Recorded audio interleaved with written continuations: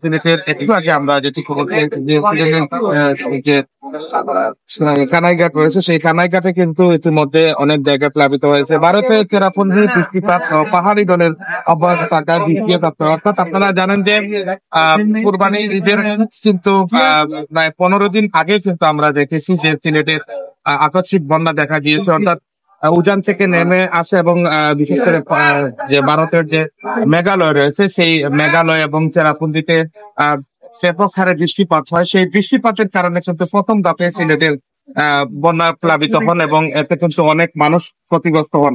তারপর পরে কিন্তু অনেকটা পানি কমে যায় এবং ঠিক কিন্তু কোরবানির ঈদের আগের দিন থেকে কিন্তু আমরা দেখেছি যে সিলেটে আবার দ্বিতীয় দফায় বন্যা হয় এবং তৃতীয় দফায় আমরা যদি বলি, দ্বিতীয় দফায় বন্যা হওয়ার পরে কিন্তু অনেক মানুষ, বিশেষ করে সিলেট এবং সুনামগঞ্জের অনেক নিম্ন অঞ্চলের যে অনেক মানুষ রয়েছেন, সে অনেকে কিন্তু ক্ষতিগ্রস্ত হয়েছেন।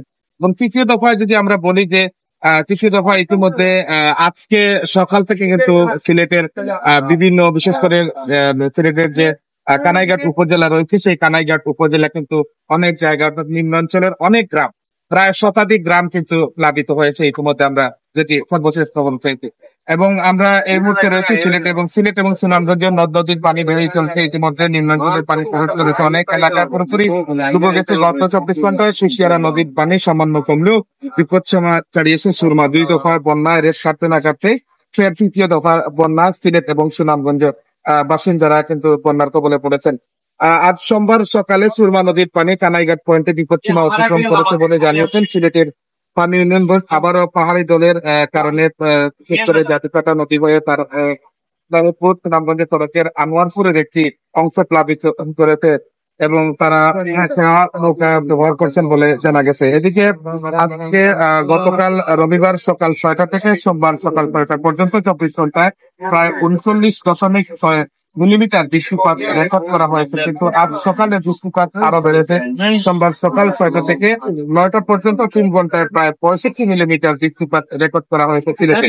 আবহাওয়া অধিদপ্তর থেকে এই অঞ্চলে ভারী বর্ষণের সতর্কতা দেওয়া হয়েছে। সতর্কবার্তায় বলা হয়েছে রোববার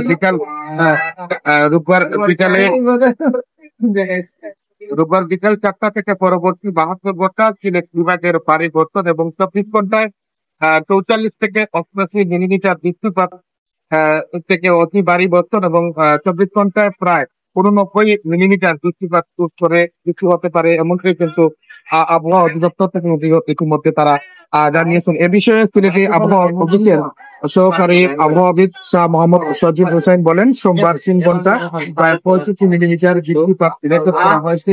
আরো ভারী বৃষ্টিপাতের সম্ভাবনা রয়েছে। সিলেটের পানি উন্নয়ন বোর্ড জানা যায় যে সোমবার সকাল 9টা থেকে সুরমা নদীর পানি কানাইঘাট পয়েন্টে বিপদসীমার 30 সেন্টিমিটার উপর দিয়ে প্রবাহিত হয়েছে। এর আগে সকাল 6টা বিপদসীমার 8 সেন্টিমিটার উপর দিয়ে প্রবাহিত হয়। এই পানি বিপদসীমায় 12 প্রায় 75 মিলিমিটার, রোববার সন্ধ্যা বিপদসীমায় প্রায় 19 মিলিমিটার নিচে প্রবাহিত হয়েছে। সিলেট জেলার প্রশাসক সূত্রে জানা যায়, সিলেটের 13টি উপজেলার মধ্যে 10টি উপজেলায় আশ্রয় কেন্দ্র রোববার পর্যন্ত 10,903 জন আশ্রয় নিয়েছেন। জেলায় 653টি আশ্রয় কেন্দ্র প্রস্তুত রয়েছে।